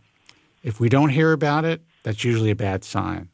I normally don't say that on the air, but you brought that up, and that's the truth. Do you have any opinions on colostrum? I hear a lot about that, like oral. There's a company that contacted me through Instagram that wants me to partner with them. And initially, they were doing the same type of partnership deals they do with influencers, and I'm just like, I'm not interested in that. I'm not going to sell your product and get a percentage of the sales. And they offer you like 50% on the initial sale and this much, you have to do these many videos. And then I kind of explained, who I am. Didn't you take a look at my not to sound obnoxious, but like, didn't you take a look at my profile? And then they contacted me and then they want to apply for American Hair Loss Association trusted brand status, which, they just started the application process.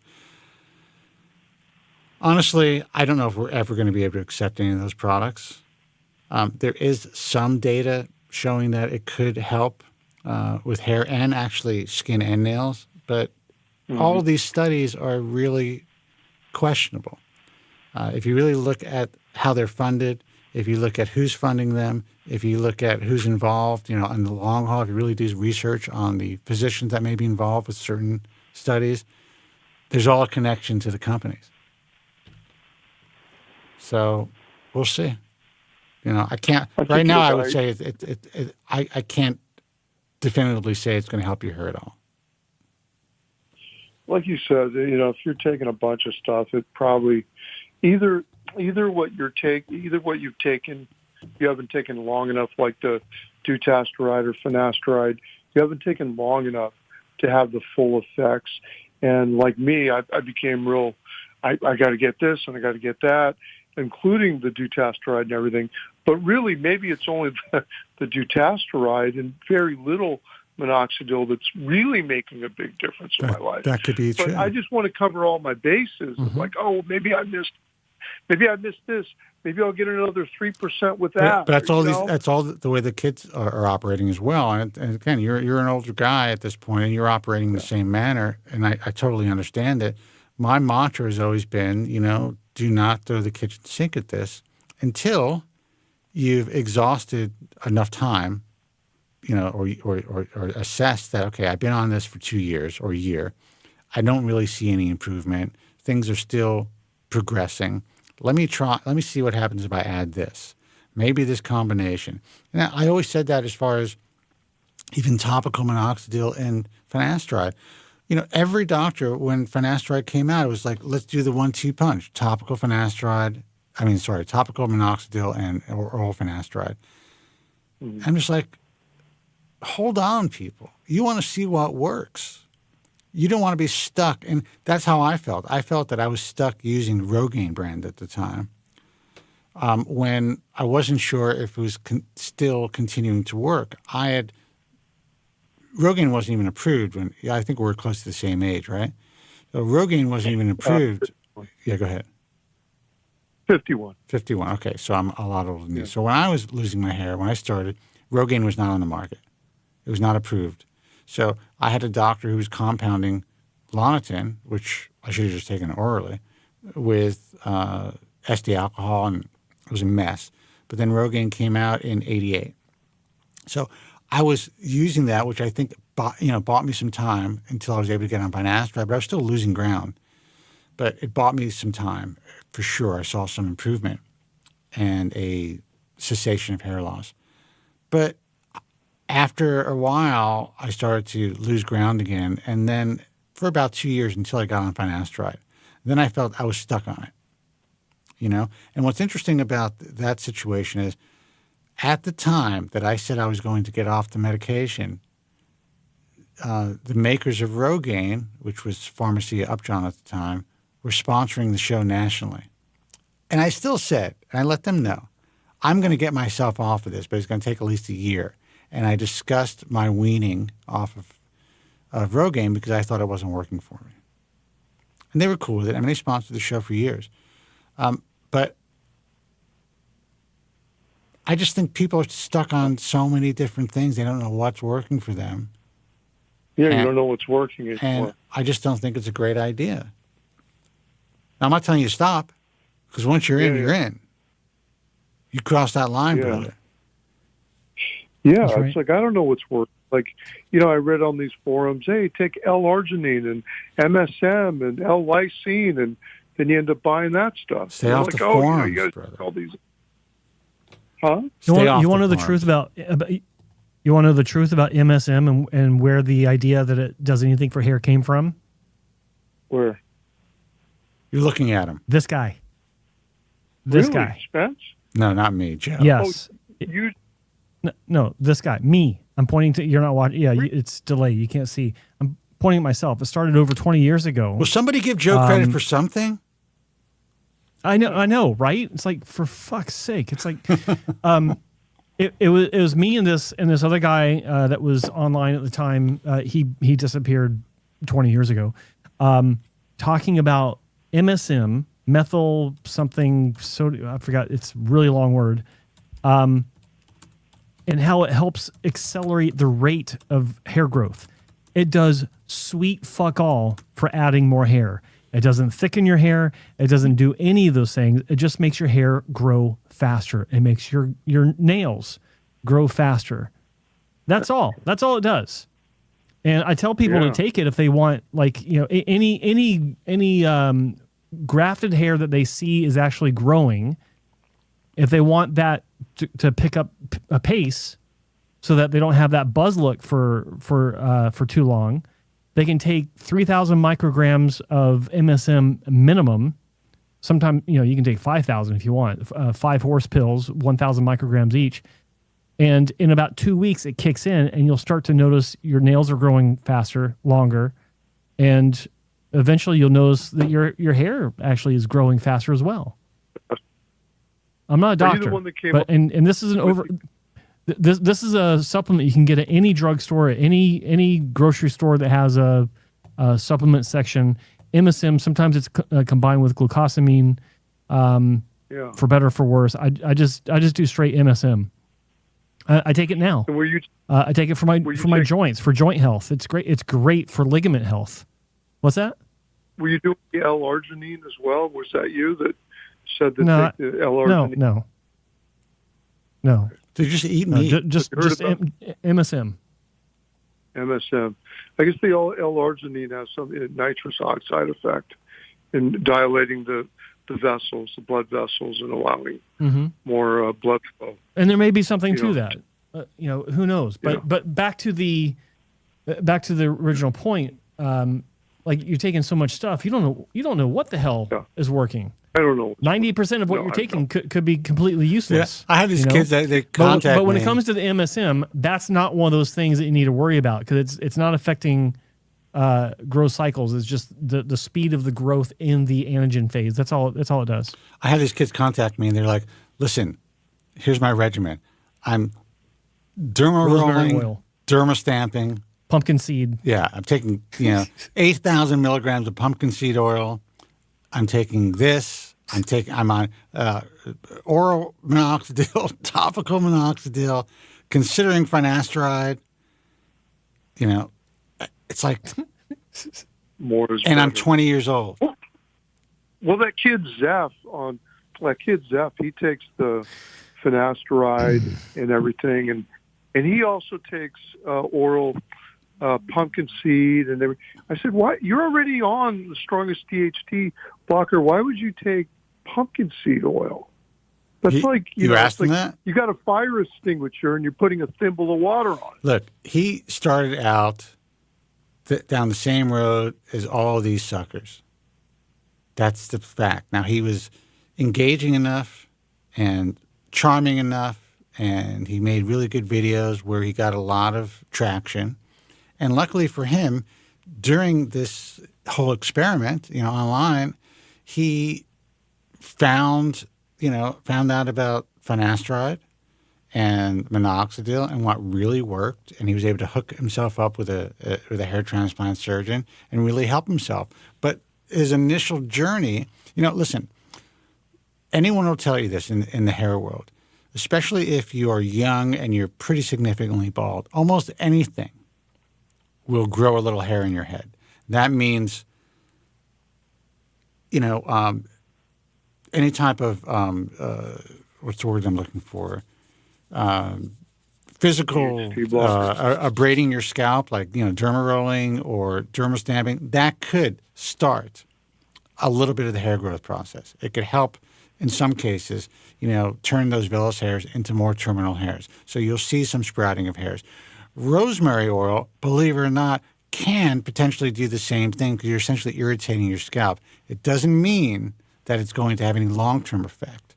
So people will see this, and that's why with alopecia areata, for instance, they will use certain agents to give you an immune response. The same actually happens with androgenic alopecia to some degree.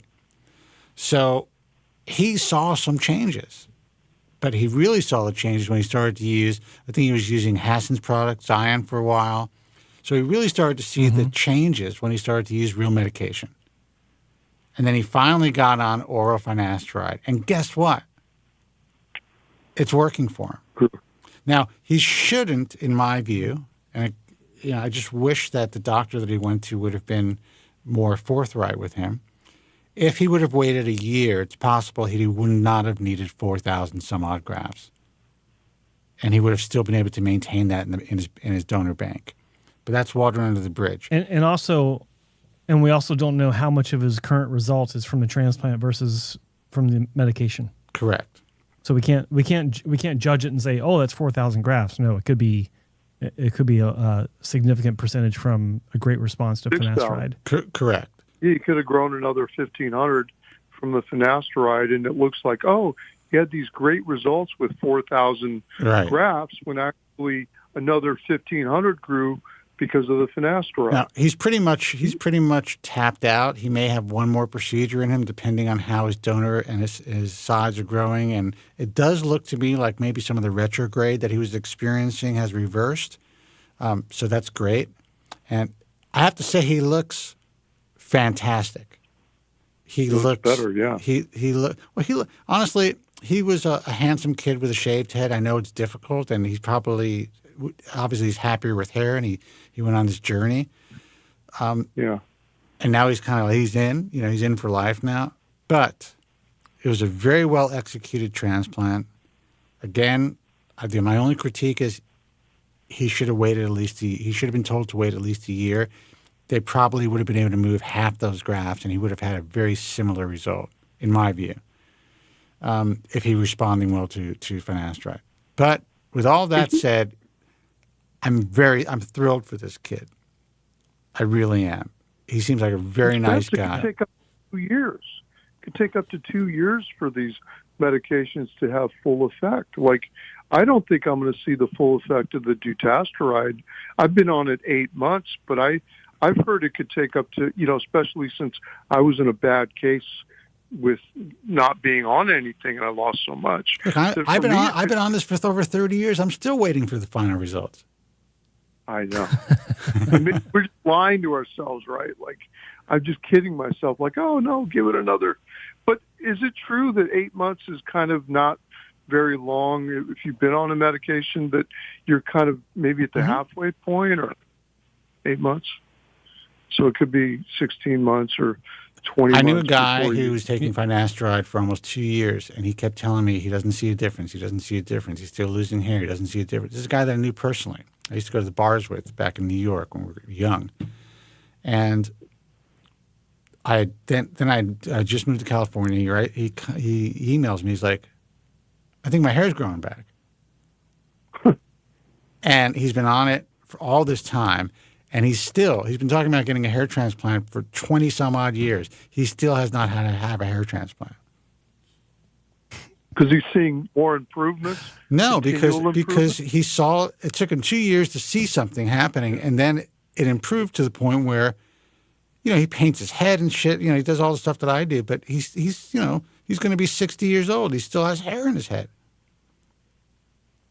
He thought it wasn't working. He was about to give up. He didn't know what every month he would ask me about a hair transplant. So Bob Bernstein's good, right? I should go to see him. It was a constant thing. Yeah. He's one of those guys. Yeah, I love the guy, he knows me from way back, man. He knows my old girlfriends and just crazy shit we used to do, banging around, going to after-hour strip clubs. Insane stuff. But he still has his hair. That's the story. That's the moral of the story. Why does it take so long to grow, Spence? Could it take 2 years? Why is it the cycles? I think it depends on. Really, we're going to take another call in a second, then we're going to call it a night. But I just want to tell you, it's a good question. It really depends on when you catch your hair cycle. Some people will go into a very quick effluvium. Some people will catch their hair. They will catch the cycle in a strong anagen phase, and for some reason, instead of pushing the hair into telogen so that the new hairs can come out, that's what everyone says it happens. If you catch it in more of an anagen phase, where more of the hair is in an anagen phase, that anagen phase can be extended. Now, things will eventually start to cycle, and it was kind of like my situation. I noticed regrowth very quickly. Within 3 months, I was like, this shit is working. And then at the 8-month mark, around 8 months, I started to shed like crazy. Back then, we didn't know about a shedding phase. No one was talking about this. I was on my own, brother. I was a lone, experiment. It was just me and the doctor that prescribed me this drug who knew nothing about it. So I went through a later shed than a lot of guys go through. Some guys will take it for 90 days and all of a sudden go through a shed. And then they'll have synchronized shed for years. I didn't have that. So it really depends, man, on your physiology, when you catch the growth cycle. It's all luck, man. All luck. It's all luck. Everything comes down to luck. It is luck, man. That's what it seems like. That's what it is. Why do I have no side effects I was taking 7.5 milligrams at one point? I don't know. Luck? Well, different physiologies. Yeah. I certainly wasn't taking care of myself back then. I was drinking like a fish. Yeah. I was still smoking cigarettes, but not on a regular basis. But if I get really loaded, and I'm talking about my 20s, I'd go out and smoke like 5 cigarettes at a bar. 6, on a heavy night. That was terrible for me, man. I was doing everything wrong. I was eating like pizza. I was a bloated mess. But I can get it up.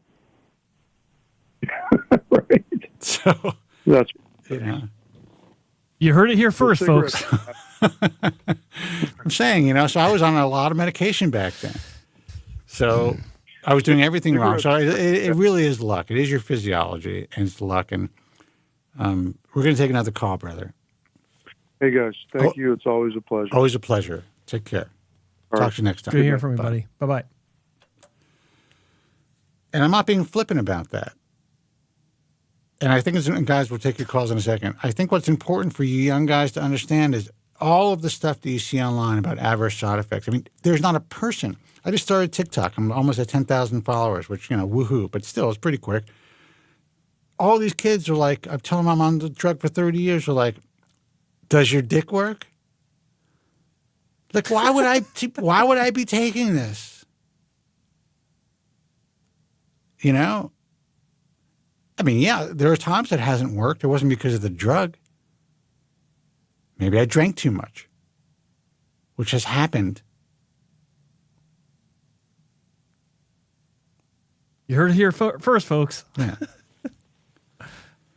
Yeah, in case any women are listening, I don't want any pressure. Okay. I don't want any extra pressure. All right? 888-659-3727. Let's see who this is. Hey, you're on the air. Who's this? And where are you calling from? Hey, caller. Dude, you've been holding on. Don't hang up. All right. See ya. I think he had us on hold. Sometimes that happens. These guys want to just listen on their phones. I don't know why. Oh, my Coinbase withdrawal code is waiting for me. Just click this link. Well, thank God. About time. You know what's funny? So many of these texts go out. People fall for them. Oh God, they're actually getting. I've been getting a bunch lately where it's just some random number sending me a text saying, "Hey, are you free?" Like, yeah. For what? I get that too. I don't respond to any of them. No, do not respond.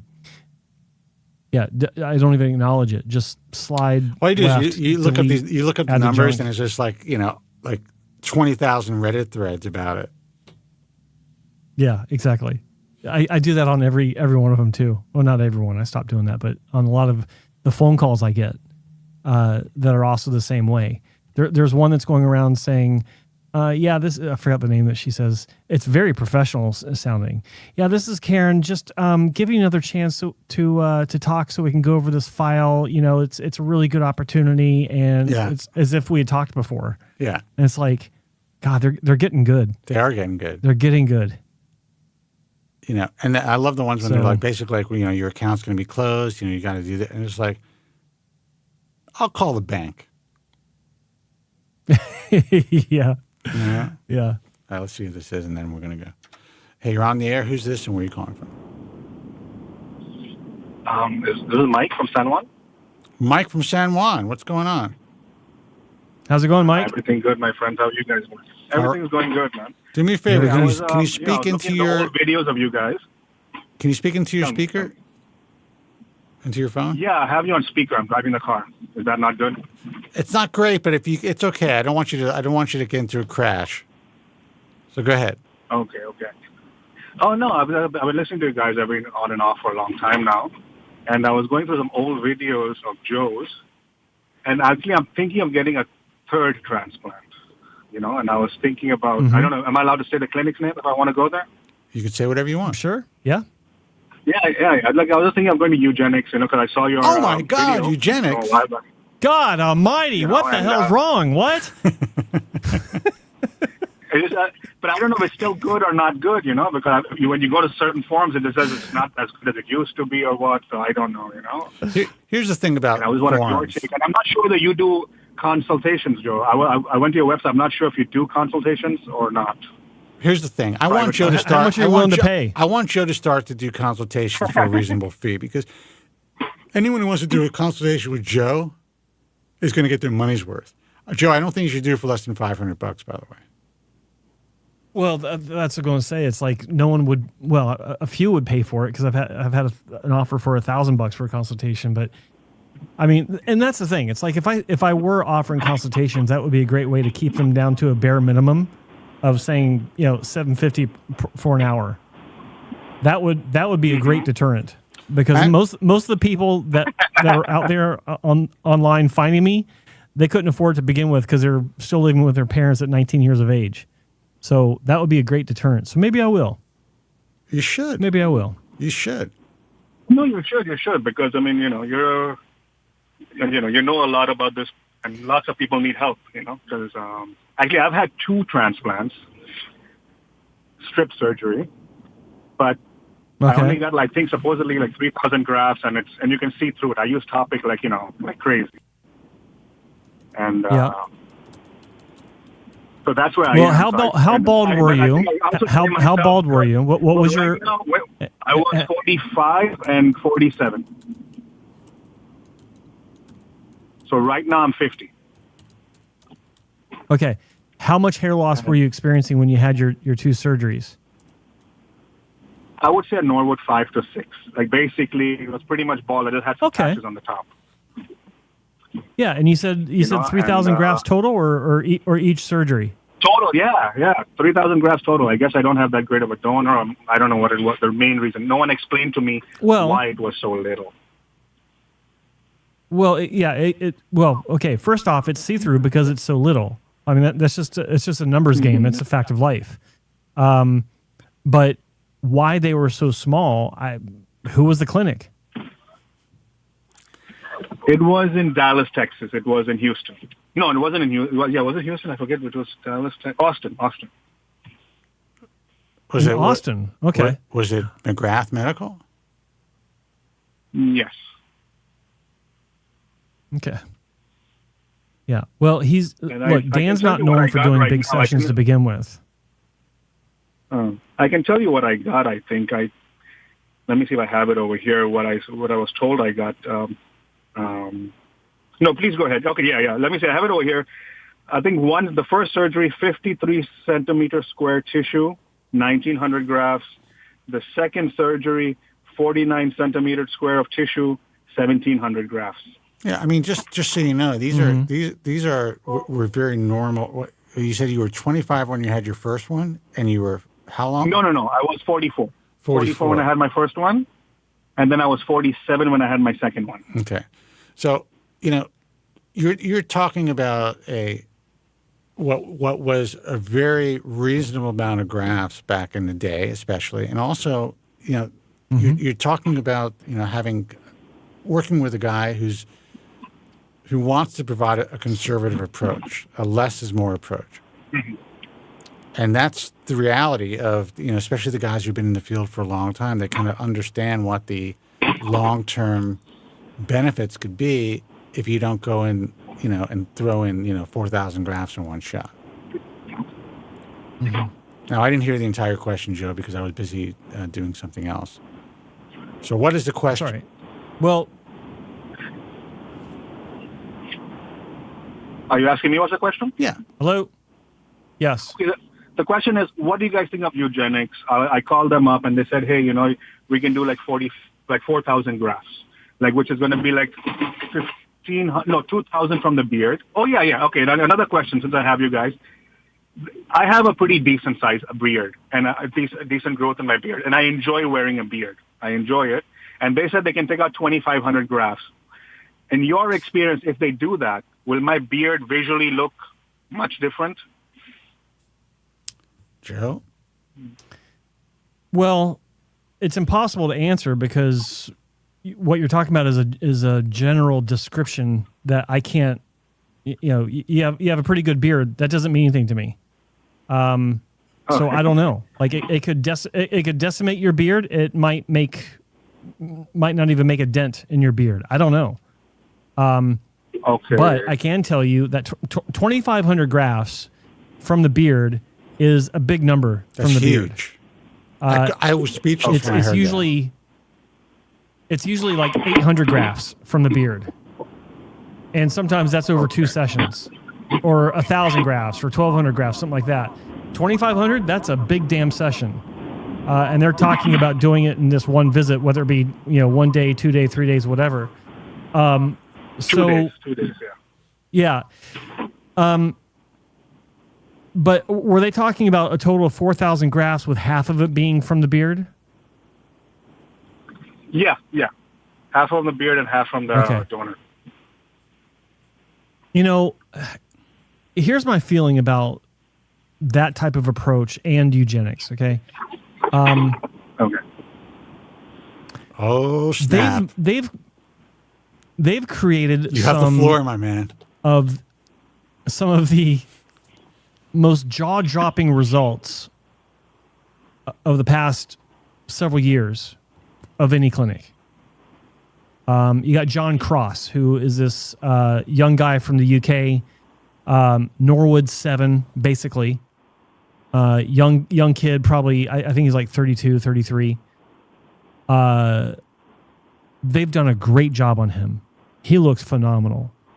You got longtime Bald Truth Talk listener, Adrian, who I talked to before he had any work with them done several years back. And he's gone on to have, I think it's 3 surgeries and a decent amount of beard hair mixed in with it. And he is over the moon. And he should be. He looks fantastic. There are several cases that they have like that. But the problem I have with cases like that is there are a lot of cases of beard hair where it doesn't look that good. Where the beard hair itself, once it's transplanted onto the head, it looks like, wait for it, beard hair transplanted on the head. And that's not the fault of any clinic. It's not the fault of anything other than the fact that it's beard hair. Beard hair inherently has a different physiology than scalp hair. It's, thicker, more coarse. It can be wavier than, or even curlier than scalp hair. It can be a different color. It can be, dark red, whereas the scalp hair is brown. I have some of that going on. When my beard grows out, it's salt and pepper. It's a lot of salt, more salt than pepper, but some pepper. There's some dark red in my beard, like I'm a fucking calico cat on my face, and the idea that beard hair takes on the characteristics of scalp hair over time is an unproven, anecdotal at best approach.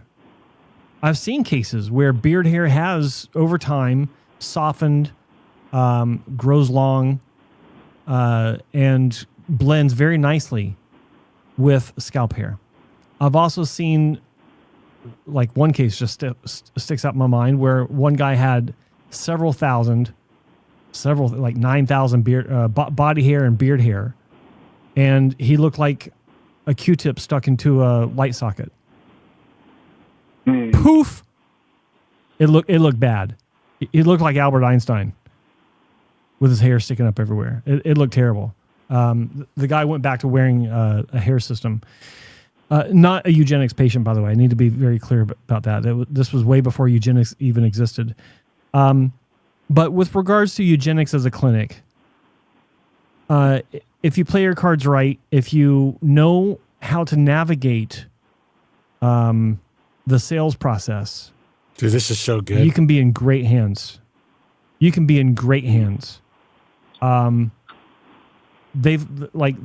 obviously are very skilled. But if I were you've had a consultation, right? They recommended 4,000 grafts, 2,000 or 2,500 beard, whatever. I'm assuming that was with a consultant.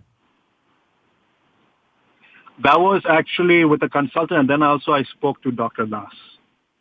I had a Zoom meeting with Dr. Das. Okay. All right. So you had a meeting with Dr. Bass. Who, by the way, is not a member of the IHRS. Sorry, Joe. I just thought I would put that out there. Yeah. That's fine. Yeah, I don't know really much. Just in that vein, I don't know much about Dr. Bass because it hasn't applied to work with me. I've never examined anything that this doctor does, so I can't really speak to that. Okay, if you're talking about Dr. Erica all day long, now Dr. Erica, not a problem. I do happen to have when I go there. So the way I made the package, quote unquote. As I'm going to be having a consultation over there with Dr. Erica, and she's going to be doing the slits, at least some of the slits. So that's what I have with her. So I will be. I haven't spoken to her right now, but once I get there, then I speak to her. Okay, you need to speak to her now. Like if she's a lead doctor, if she's a lead doctor on this, look, I want to stress something to you and every patient that's watching this, that's considering hair transplant surgery. These clinics, and this not just Eugenics, but these clinics are working for you. You are employing them. You're hiring them to do a job for you. So you have every right to talk to the doctor or doctors in this case. They're the hired They're going help. to be performing your surgery. Dr. Bass and Dr. Erica. I think the world of Dr. Erica. I think she's a good woman. She's very good at what she does. But you have every right, and you owe it to yourself to speak to the people that are actually doing this surgery. Now, I'm not going to suggest you get to speak to the technicians as well, because that's a stretch. And they don't I don't speak think that's English. necessary. And the fact that they probably don't speak English, but I joke. I kid. I joke. No, I know. Spencer's not joking. He's a racist son of a bitch. But no, I mean, you have every right to speak to her and have your questions answered by her, and to have your concerns allayed by her. And then when you get there, also speak to her in person the day before your surgery to make sure that everyone's on the same page about what's going on. Okay, so that's really important. I've said this before, like, and Spencer said it before. They are the hired help. They really are. Because if they don't seem like they're going to do a good job, then you go look at some other contractor to hire for the job that you want. And that's what they are. They're contractors. Does that make sense? Yes, it makes sense. Actually, I'll do that next week. I will definitely set up a call with her, for sure. Yeah. And she, like, tell her I said this, because she'll have no problem. She's like, oh yeah, he's right. Yeah, absolutely, no problem. But what is Dr. Bass going to be doing? They're going to be doing the extractions? Actually, I don't know. I think or some of the incisions. I think right now, I think the way Eugenics works, I think the Eugenics, the doctors do all the incisions, but I don't know if they do the taking out the hair. I'm not sure if they do that. Well, they do perform all the incisions. It's just a matter of who. But you need to ask that. Look, nothing wrong with this. I mean, this is the way most clinics operate. They have a really great team, highly trained, that do extractions. No question about it. But you just said, I don't know. So that tells me that, you got some more education to go through and find out. Dr. Bass, I mean, this question you ask, what are you going to be doing to me during my surgery? What is your role? What is your job? I want to know A through Z. What are you doing? Are you going to be in a room with me the entire time? How often are you going to be in the room with me? Are you extracting grafts? Are you dissecting and extracting grafts? Are you placing grafts? So, there you go. Okay, yeah. I appreciate that. I sincerely do appreciate your time. But if I can give you one last piece of advice, I am not a fan of 2,500 beard hair grafts. No. Yeah, okay. I agree with that. I think good that. to know. Yeah, because I'm always on the fence of that. So I was been on the fence back and forth on that, Yeah, I think it I could be I also it want could to be say a that mistake. I do take some fault, because the Dr. McGrath did tell me, hey, you got to take Finasteride, and I did not, So, and I noticed when a year or so after I first got the transplant, I was happy, and then I noticed a couple years later, I'm not happy. So I'm going to assume the Finasteride played a big part in that, of me not taking it. Of course. I mean, here's the reality. Yeah. He wouldn't have. Listen, he gets paid by the graft, right? I mean, he would have done more grafts. Yes, yeah, and well, I'm not sure how that works with him. With that, I think it was just a mega session or session, and he would do the most he can. That's what I remember. Well, trust me, if he was able to do more, if he thought it was appropriate, he would have given you more grafts. And the fact that you were happy initially from the procedure, a relatively small amount of grafts, means that that's all the hair that you needed. Finasteride is the key to success for all transplants. And it's unfortunate. I mean, a lot of people don't want to do it. I mean, did you ever try it? Did you have side effects from it? I didn't. I was just well, the thing is that with me, I already had issues before. I was on Viagra and stuff. So then once you read about Finasteride, you think it's going to make it worse. Right. So that was my reasoning. Now, with your issues caused by... a month ago. I started like a month and a half ago, and everything seems fine, and I plan to keep doing it. I plan to keep taking it, because I've been reading more. Not reading. I've been hearing more about it from people like you and on the thing that, hey, it's not that bad. People have been doing it for 20 years. Well, if you're doing well on it, that's great. And, you should, if you've only been on it for a month, you should really give the surgeries, you can continue to talk to Eugenics, but you might want to wait 6 months to a year to see how Finasteride works for you. You may grow back more hair than you realize. That is true. Yeah, that is true. All right. All right. I appreciate your time. Good luck. Take care. Take care. Bye-bye. Thank you. Thank you so much. Right. Take care, buddy. You got it. Sometimes Rob is funny in the chat room. Yes, he is. All right, guys, we're going to call it a night. We love you, Rob. Yep. I'm really struggling. If I go out to this place tonight, I'm not going to drink, but they have this dessert. That's ridiculous. What is it? It's a what's her name? Yeah, I'm not going to give you the exact dessert because someone may look it up and track me down. But let's put it this way: it involves chocolate, peanut butter, and mousse. Ooh. And it's ridiculous.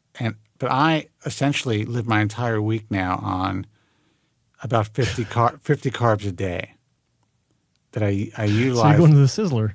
Yeah, that I utilize after my workout. Or I could save some carbs for a drink, whatever. But I've been feeling pretty good. Pretty good eating this way. Do I want to destroy it? I might just destroy it. Well, sometimes you got to treat yourself. Got to treat yourself. You know what? I'm going to treat myself to not being an invalid in a nursing home. There is that.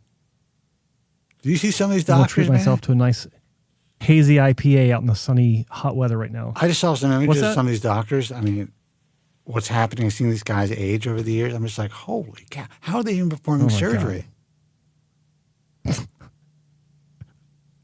Like a marionette. Someone's arms are moving. But as one guy, I mean, I took a look at his image. I was just like, I mean, unless he's sick, he's got to get to the gym. It's not Mrs. that hard. Doubtfire? You don't. No, but that's funny too. He really let himself go.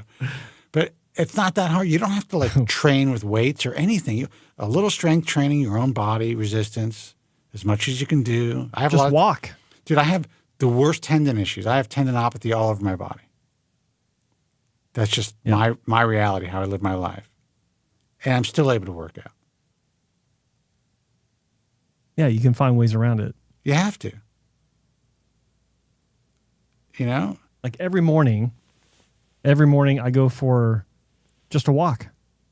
4 kilometers every day. Dude, just doing my hair is a workout. Well, it's an upper body workout. Yeah. Yeah. Just holding the blow dryer for that long. Forearm workout. He doesn't get the aerosol hairspray, boys. He gets the pump. Yeah. Dude, this muscle on my finger. Switch it up. This tendon. Yeah. It's from the hairspray. Yeah. Uh-huh. All right, guys. Anyway. We're going to go. Good times. Good times. Thank you guys so much for hanging out.